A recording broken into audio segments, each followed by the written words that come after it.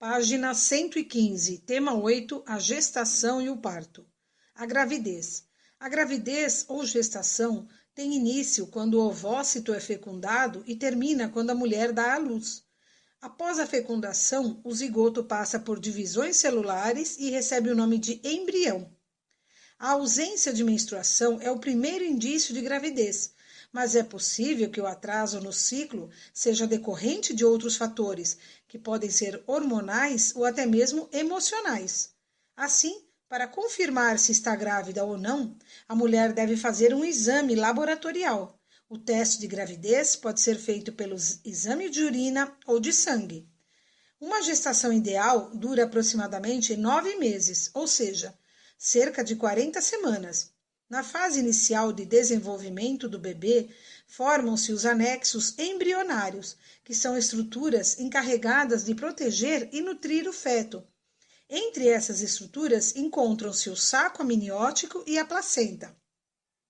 O saco amniótico é uma bolsa repleta de líquido, chamado líquido amniótico, no qual o feto fica mergulhado durante toda a gravidez. Sua função é proteger o feto, amortecendo os choques físicos e as pressões que a barriga da mãe possa vir a sofrer e regulando a temperatura corporal. O saco amniótico é popularmente conhecido como bolsa d'água e geralmente se rompe pouco antes do nascimento do bebê. A placenta é a estrutura que comunica o feto com a mãe. Ela é formada por tecido do embrião e do útero materno. Pela placenta, o feto recebe gás oxigênio e outros nutrientes e elimina gás carbônico e excretas. A placenta e o feto estão unidos pelo cordão umbilical. Prestem atenção aqui na imagem, o saco amniótico e a placenta em corte. Então, nós podemos observar aqui, o saco amniótico, ele protege o bebê contra choques físicos e a placenta permite a troca de nutrientes e de resíduos entre o feto e a mãe. Nós temos um outro esquema, o feto no interior do útero. Para acomodar o feto em desenvolvimento, o útero aumenta cerca de 10 vezes o seu tamanho original durante a gravidez. Então, vocês podem observar aí no corpo da mulher a placenta, o feto, o cordão umbilical, o útero e o saco amniótico. Vamos prestar atenção na explicação. A gravidez é um evento resultante da fecundação do ovócito pelo espermatozoide. Este é um momento de grandes transformações para a mulher, para seu parceiro e para toda a família. Durante o período de gestação, o corpo vai se modificar lentamente, preparando-se para o parto e para a maternidade. A gestação é um fenômeno fisiológico e, por isso, a sua evolução se dá na maior parte dos casos sem intercorrências. Importante, há uma parcela pequena de gestantes que, por serem portadoras de alguma doença, podem sofrer algum agravo, alguma doença em desenvolvimento ou acarretar alguns problemas. Sendo assim, tem probabilidades de uma gravidez desfavorável, tanto para o feto como para a mãe. Estes casos são chamados de gestações de alto risco. Somente a ausência de menstruação não indica necessariamente que a mulher esteja grávida. Como já dissemos anteriormente, pode ser um problema hormonal ou emocional. Se a mulher está passando por uma fase turbulenta em sua vida, enfrentando um problema, seja ele econômico ou de outra ordem, tudo isso influencia no seu ciclo menstrual. Existem alguns sintomas que podem diagnosticar uma gravidez. O aumento dos seios, enjoos, vômito.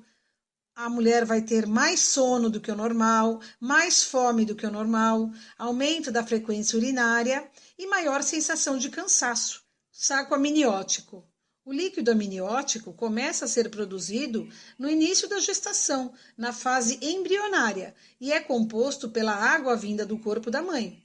12 dias depois da concepção, forma-se o saco amniótico, uma camada fina, translúcida, porém muito forte e resistente, que envolve o bebê e o fluido durante a gestação. Só se rompe no momento do parto. Essa bolsa, aliás, é a primeira coisa que os pais conseguem ver no ultrassom. na quarta ou na quinta semana de gravidez, mesmo antes de ser possível identificar o embrião.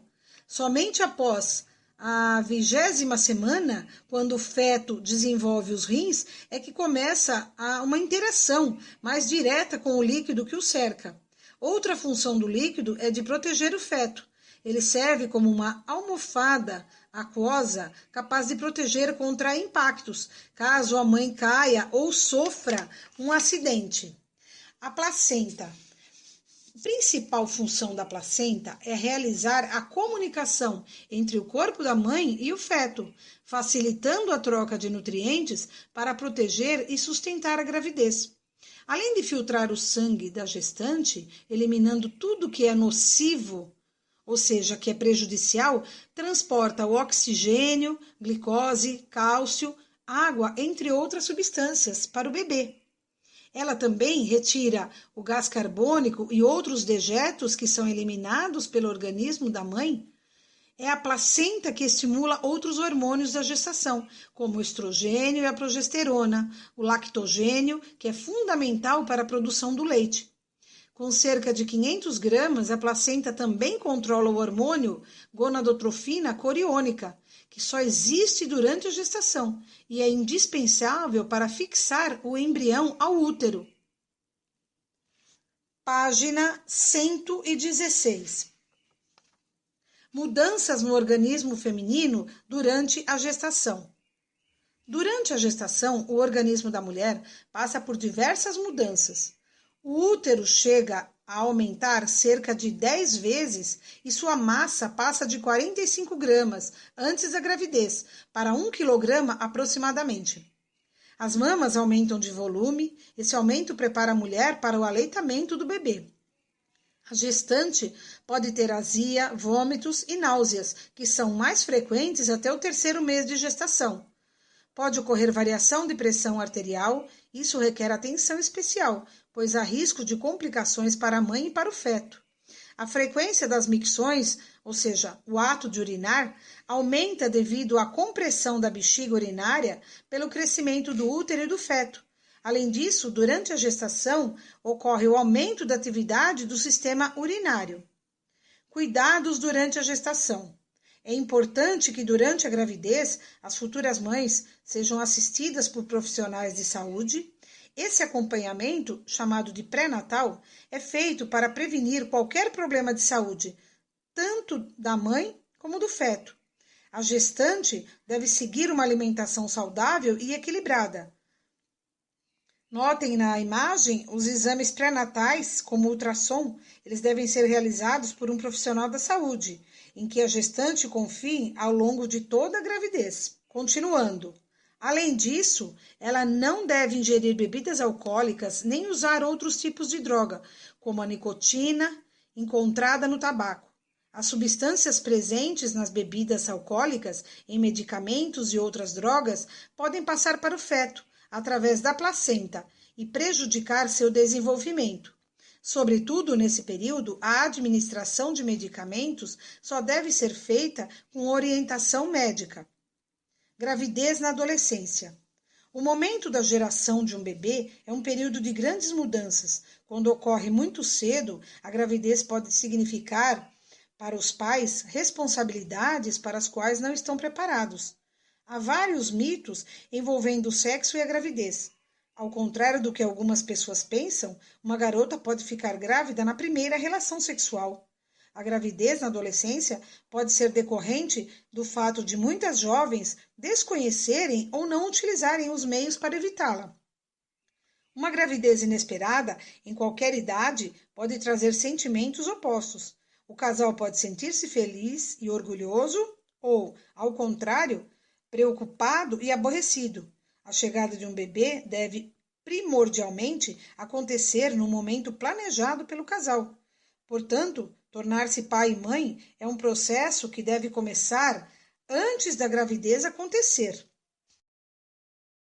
Vamos prestar atenção na explicação. A gravidez na adolescência, ela pode ter diversas causas. Algumas até relatam que foi desejada, independentemente das causas e desejos de cada adolescente. A gravidez precoce é um problema de saúde pública, uma vez que causa riscos à saúde da mãe e do bebê. E tem um impacto socioeconômico, pois muitas das grávidas abandonam os estudos e apresentam maior dificuldade para conseguir emprego. As adolescentes dos dias atuais possuem, sim, conhecimento sobre a existência de métodos contraceptivos, uma vez que informações são fornecidas nas escolas, na TV e na internet. O problema é que a maioria não sabe prevenir-se adequadamente. Falando um pouquinho do pré-natal e os cuidados durante a gestação. Durante a gravidez, tanto a mãe quanto a criança em gestação necessitam de atenção e cuidados que garantam a saúde. Entre os cuidados estão as consultas regulares com um ou com uma obstetra e a realização dos exames clínicos solicitados. A assistência pré-natal é importante para identificar eventuais problemas que acometem a mãe e o bebê durante a gestação, de forma que possam ser evitados ou tratados antes do momento do parto.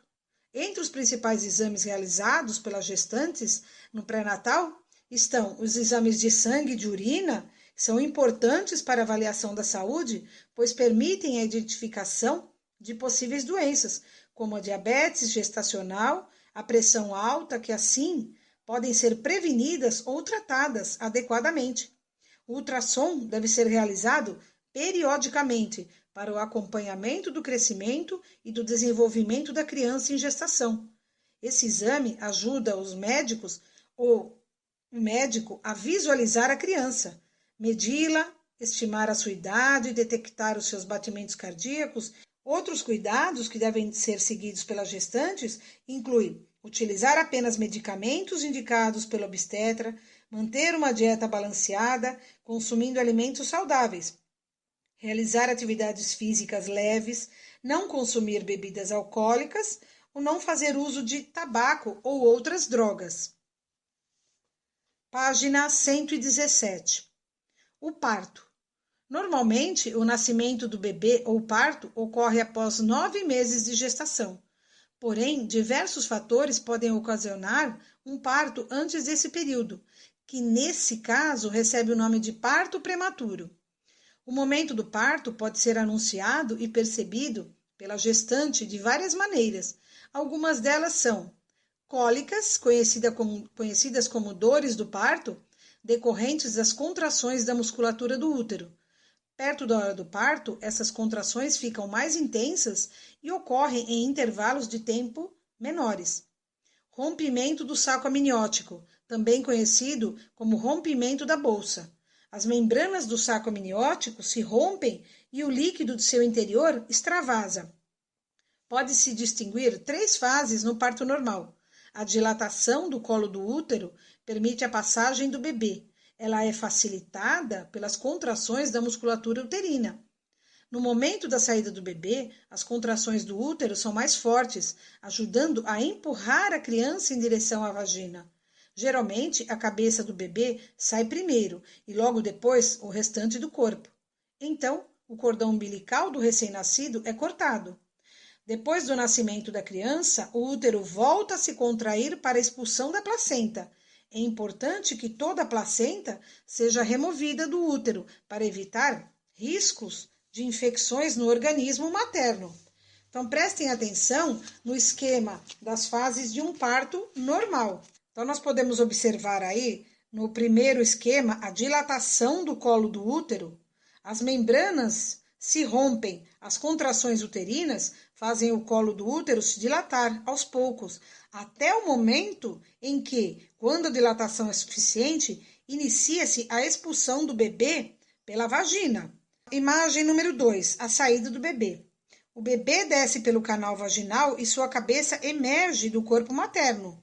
Muito rapidamente, o bebê gira para facilitar a saída de um ombro e depois do outro. Assim, o resto do corpo do bebê emerge do corpo da mãe. Na imagem 3, nós vemos o corte do cordão umbilical. Então, após o nascimento, o cordão umbilical é cortado pelo obstetra. E na imagem 4, a expulsão da placenta. Após o nascimento do bebê, a placenta se separa do útero e sai do organismo materno pela vagina. Façam os exercícios de olho no tema da página 117. Atenção! As atividades para a nota dessa aula serão feitas online.